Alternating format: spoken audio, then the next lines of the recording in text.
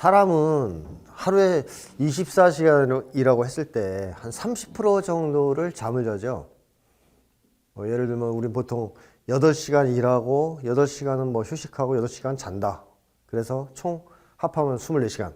뭐 이런 식의 이제 삶의 패턴을 갖고 있는데, 아주 이제 행복하게 잘 살 때는, 이제 한국같이 야근이 많고 그러면 이제 그렇게 못 지키겠지만, 자, 어쨌든 사람들은 대체로 30%가량의 시간을 잠으로 이제 사용합니다. 잠을 잔다는 거죠.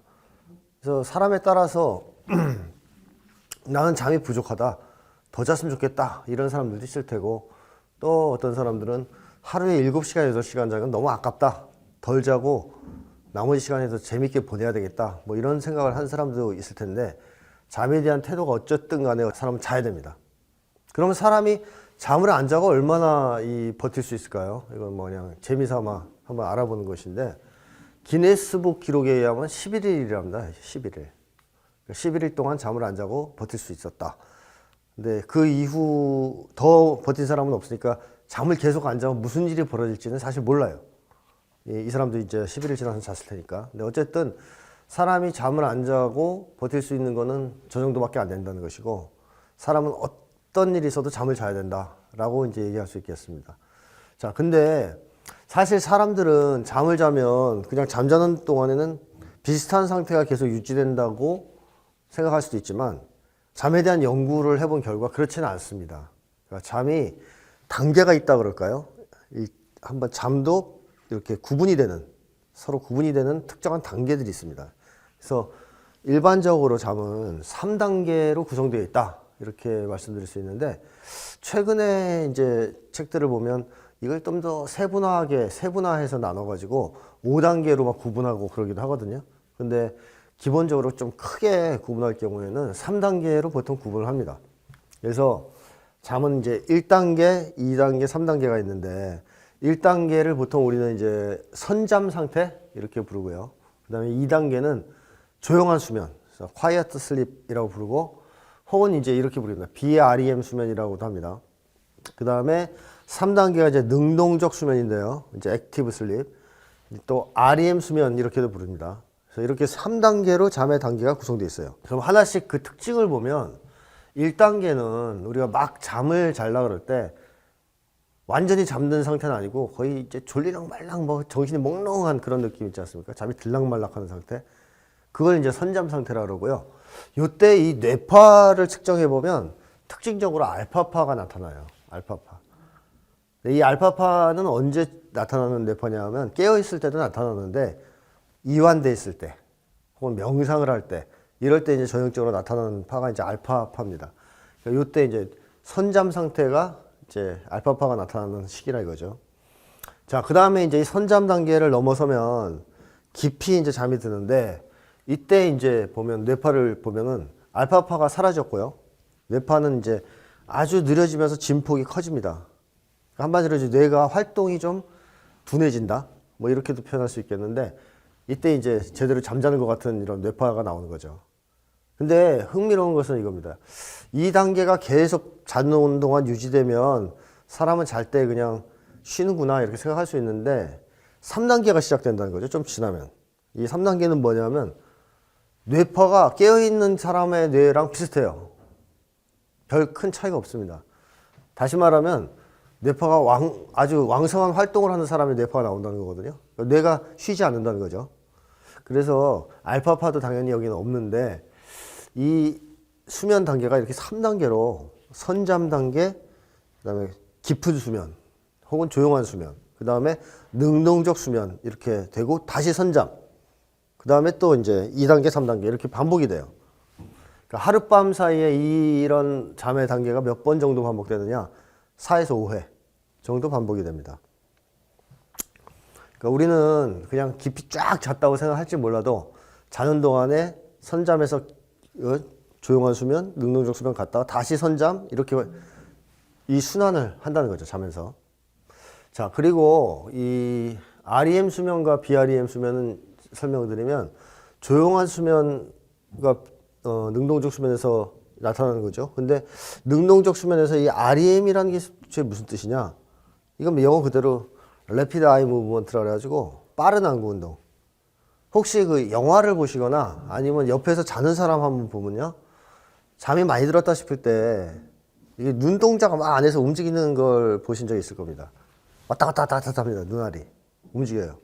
그러니까 안구가 움직이는 거죠. 빠르게. 이게 나타나는 것을 이제 REM 수면이라고 합니다. Rapid Eye Movement. 그리고 요 이제 2단계에서는 이게 안 나타난다는 뜻에서 REM이 없다는 뜻에서 이제 비REM 수면 이렇게도 부르는 거죠. 지금까지 이제 이렇게 말씀드린 내용이 다시 설명이 나온 건데 알파파는 이제 깨어있지만 이완되어 있는 때 나타나는 뇌파라는 것이고요. 근데 이게 이제 능동적 사고 과정에서는 알파파가 나타나지 않는다. 그러니까 지금 제가 강의를 하거나 사람들과 대화를 하거나 회의를 할 때는 이 알파파가 나오지 않는다는 거죠. 이완돼 있을 때. 한마디로 우리가 이제 축 늘어져 있을 때 혹은 명상하고 있을 때 사우나탕에서 이렇게 쫙 쉬고 있을 때 이럴 때 이제 나온다는 거죠. 자, 그 다음에 이제 수면의 단계는 아까 말씀드렸듯이 하룻밤 동안 4, 5회 정도. 그래서 이 하나가 합쳐져서 되는 시간이 약 1시간 30분 정도랍니다. 그러면 우리가 이제 8시간 정도 자면 한 4, 5회 되는 거죠. 자, 이렇게 이제 반복된다는 것이고, 이제 여기서 재밌는 게 이제 이겁니다. 꿈이 능동적 수면 단계에서 꾼다는 건데요. 단계에서 꿈을 꾼다. 자, 근데 능동적 수면 단계에서 꿈을 꾼다면 우리가 밤 사이에 꿈을 몇 번 꾸겠습니까? 수면의 단계가 4, 5회 반복되기 때문에 꿈도 4, 5번을 꾸죠. 근데 사람들은 자기가 꿈을 4, 5번 꿨다고 생각하는 사람은 없을 거예요. 하나도 안 꾼다. 난 꿈을 안 꾼다고 얘기하는 사람들도 있어요. 혹은 한 번 꿨어요. 뭐 이렇게 얘기하는 사람도 있는데 그 이유는 꿈을 꾸고 난 지 5분 정도 지나면 망각이 되기 때문에 자는 동안에 앞에 수면 단계에서 꾼 꿈들은 기억할 수가 없고 거의 마지막 수면 단계에서 꾼 수면 사이클에서 꾼 꿈만 기억이 납니다. 근데 이것도 그나마 아침에 일어나면 금방 까먹어요. 한 5분 정도 지나면 잊어버려요. 근데 현대인은 이 삶이 좀 복잡하고 자극이 많단 말이죠.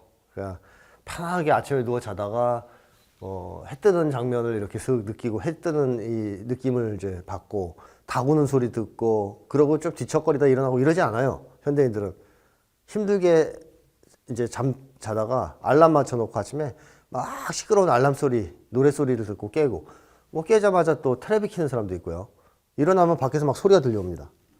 그러니까 이게 자극이 이제 일어나자마자 그런 자극들에 노출이 되니까 자기가 꿨던 꿈을 이렇게 되새길 수 있는 기회가 별로 없어요, 현대인들이. 그래서 대부분은 꿈을 잊어버리죠. 직후에. 아주 생생한 꿈들은 이제 예외겠지만, 그래서 많은 사람들이 나는 꿈을 안 꾼다. 뭐 이렇게 얘기하지만, 사실 그건 정확한 표현은 아니고, 나는 꿈을 기억하지 못한다가 정확한 표현이 되겠습니다. 다 꿉니다. 최소 4, 5회 정도 꿉니다. REM이라는 것을 제가 이제 설명을 잠깐 더 드리면, 왜 REM이 나타나느냐. 능동적 수면 단계에서. 능동적 수면 단계에는 꿈을 꾼단 말이죠. 이 시기에. 근데 꿈이라는 것은 일단 시각적 장면으로 구성이 됩니다. 꿈은 무엇보다. 그러니까 청각적 자극이나 뭐 언어적 방식으로 꾸는 게 아니고 꿈은 시각적으로 꿔요. 일단.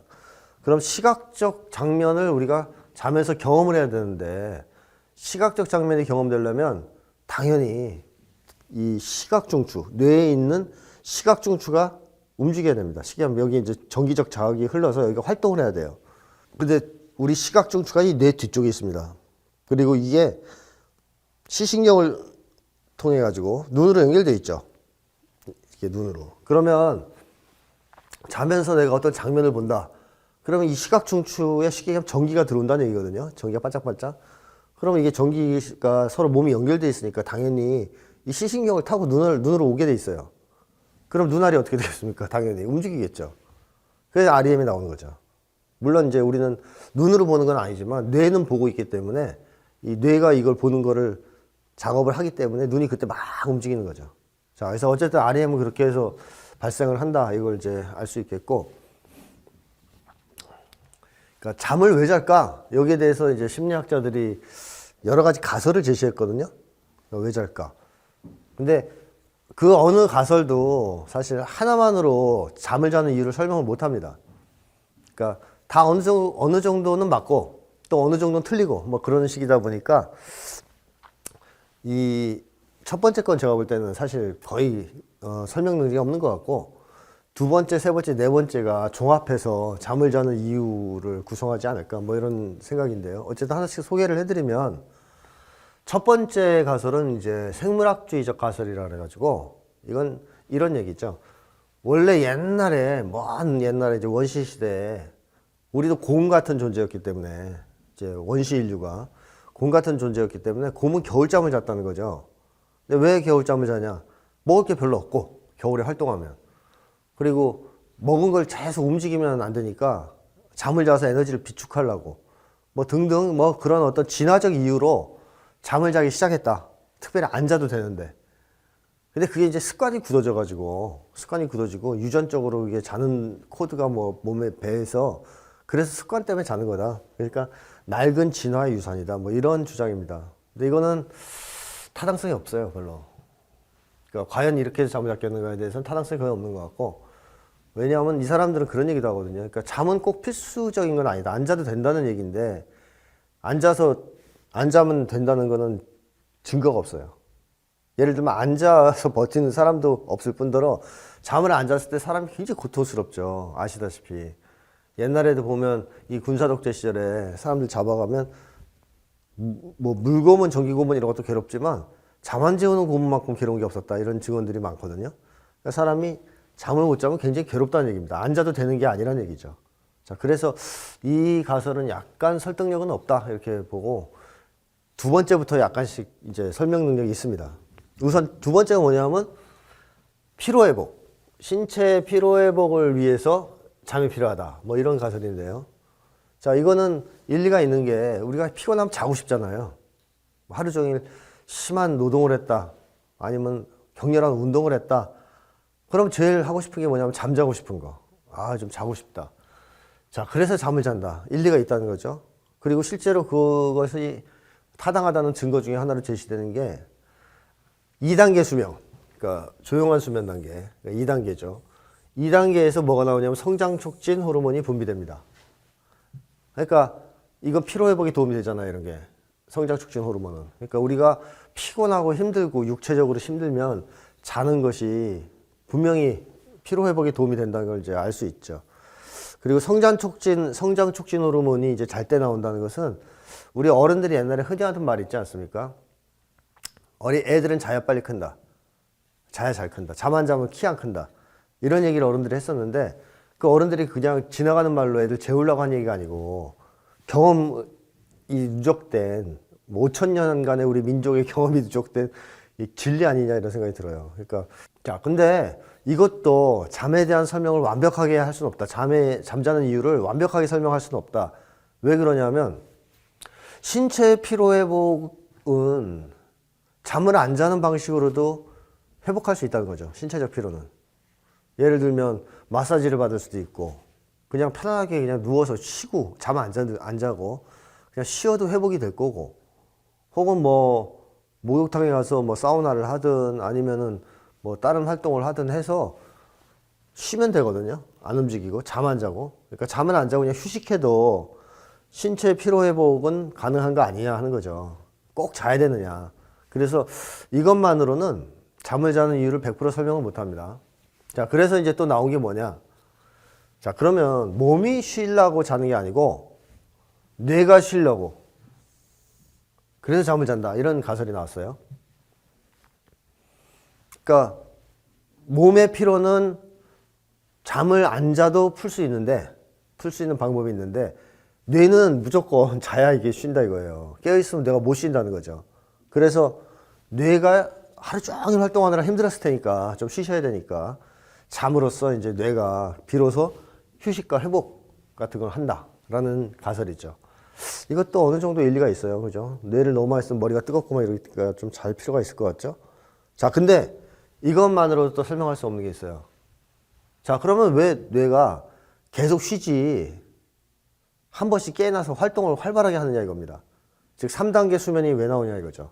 액티브 슬립이 왜 나오느냐. 이게 목적이라면 그냥 2단계만 지속돼야 되는 거 아니냐. 근데 3단계가 있어요. 뇌가 막 깨어나서 활발하게 활동을 합니다. 꿈을 꾸고 막. 자, 그래서 이런 가설이 또 있어요. 뇌가 일하기 위해 잠을 잔다는 가설도 있어요. 그러니까 뇌가 쉬기보다는 차라리 신체 기관은 쉬게 하고 뇌만 혼자서 뭔가 작업할 게 있으니까 눕혀놓고 이제 뇌가 뭔가를 작업하려고 자는 거 아니냐 하는 가설이 있어요. 자, 이것도 얼핏 들으면 이상하다, 말이 안 된다 생각하실 수도 있는데 일리가 있습니다. 굉장히 설득력이 있어요. 그래서 저거에 대해서 증거를 몇 가지 살펴보면 이런 게 있습니다. 그 이제 쉽게 뇌가 일하기 위해 잠을 잔다는 가설인데, 자, 일단 2단계 수면 있죠? 2단계 조용한 수면, 2단계. 이게 깨어있을 때 수용했던 정보들을 처리하는 것과 관련이 있다는 증거들이 있어요. 예를 들면 엑스트랜드라는 심리학자의 실험에 의하면 조용한 수면이 기억 능력을 향상시켰다 라는 얘기가 있습니다. 즉 어떤 두 집단한테 기억할 과제를 준 다음에 한 집단은 재우고 한 집단은 안 재워요. 그러고 나중에 검사를 해보면 자고 일어난 집단이 훨씬 기억을 잘합니다. 이건 우리도 이제 그런 거 많이 들어보셨을 거예요. 선생님들한테 시험 공부한다고 밤새지 마라. 막 공부하다가도 새벽에 일단 좀 몇 시간 자야 된다. 그래야 기억이 더 잘 난다. 이런 얘기를 이제 들은 적이 있을 텐데 맞습니다. 이게 실험을 해보면 나와요. 이렇게 잠을 자면 기억이 더 잘 된다는 거죠. 자, 그러면 이게 뭘 의미하겠습니까? 자는 동안에 머릿속에 저장했던 게 완전히 뭐랄까요? 우리한테 저장이 확실하게 된다 그럴까요? 저는 이제 가설이지만 약간 이런 것도 생각해 보는데 낮에 우리가 일단 공부하고 책에서 보고 이러면 뉴런이 붙을 거란 말이에요. 가서 뇌신경세포가 턱턱 붙었는데 이게 아직 덜 굳었어요.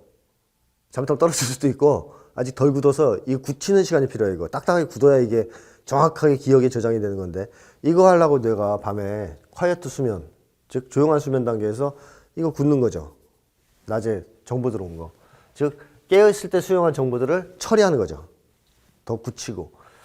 그래서 실제로 그럴 가능성이 있다는 것이 또 이제 카트라이트의 실험을 통해서도 나왔는데 이 사람이 콰이어트 수면 단계에서 깨웁니다. 사람들을. 깨우면 이 사람들이 뭘 보고 하냐면 꿈은 아니에요. 꿈은 전형적인 스토리가 있지 않습니까? 근데 그런 건 아니에요. 아주 파편적인 어떤 장면, 단어 이런 것들을 보고 합니다. 그런 게 기억난다고. 그러면 조용한 수면 단계에는 꿈 같은 적극적인 그리고 논리적인 어떤 스토리가 있는 그러한 정신활동을 하지 않지만 작은 어떤 파편 부분적인 어떤 활동은 일어난다는 거 아니에요? 그래서 이게 제가 볼 때는 낮에 수용했던 경험 정보가 저장되는 것과 관련이 있지 않느냐 이렇게 가설을 세울 수도 있다는 거죠. 어쨌든 조용한 수면 때는 가만히 아무것도 안 하는 건 아니라는 게 이제 증명이 됩니다. 이때도 문제는 뭔가 하고 있다. 뇌가 이런 거죠. 자, 그 다음에 그러면 능동적 수면은 뭐냐? 이제 3단계인 이 꿈의 이제 잠의 3단계의 능동적 수면에는 자기 내면 세계의 탐색 재정비와 관련이 있다. 다시 말하면 우리가 낮에 수집한 정보, 경험한 거 이걸 가지고 막 뭔가 뇌가 정리를 한다는 거죠. 그 정리하는 것 중에 하나가 꿈이라고 저는 생각해요. 자, 그래서 과연 그럴까? 그런 거에 대해서 카트라이트가 또 이때 깨워봅니다. 즉 3단계에서 깨워봐요, 사람들을. 그러면 이 사람들은 전형적으로 꿈을 보고 합니다. 그러니까 2단계 수면에서는 깨우면 꿈이 안 나오는데 꿈을 보고 하지 않지만 3단계에서 깨우면 생생한 일화를 가진 전형적인 꿈을 보고 합니다. 그래서 나는 꿈을 안 꿔요 하는 사람들도 이때 깨우면 대부분은 이제 꿈을 기억가지고 있어요. 자, 이때 이제 꿈을 꾼다라는 것은 뭐냐? 결국 내가 어떤 정신활동을 할 필요가 있다는 얘기잖아요. 능동적 수면 단계에서. 그 정신적 활동이 뭐겠습니까? 결국 자기가 필요로 하는 어떤 정신활동인데 내면 세계의 탐색 재정비라고 이제 정의할 수도 있겠죠. 깨어있을 때는 주의를 자꾸 바깥쪽에 뺏기기 때문에 자기 내면 세계를 정비하기가 힘들어요. 그러니까 우리 내부, 우리가 이제 예를 들어 아군, 적군이라고 하면 깨어있을 때는 적군이 계속 눈앞에서 왔다 갔다 하기 때문에 우리 군대를 정렬하기가 힘들어요. 근데 잠을 잘 때는 이제 적군이 사라진 상황이거든요. 그러면 이제 우리 군대를 불러내서 군장도 다시 검사하고 총탄도 보급하고 휴식도 취하게 하고 또 필요하면 단합대회도 열고 뭐 이럴 거 아닙니까? 그게 저는 꿈이라는 거죠. 뇌가 좀 자기 정돈을 하는 거예요. 다시 세상살이를 시작하기 위해서. 그래서 아주 적극적인 활동을 이때 하는 것이다. 이렇게 본다는 것이죠. 자, 그러면 뇌 이제 잠을 자는 이유는 아까 얘기했듯이 이런 신체의 피로 회복을 위해, 또 뇌의 휴식과 회복을 위해, 그 다음에 또 뇌가 일하기 위해, 이런 이제 여러 가지 이유가 복합돼서 우리 인류가 잠을 자게 됐다, 이렇게 말할 수 있겠습니다.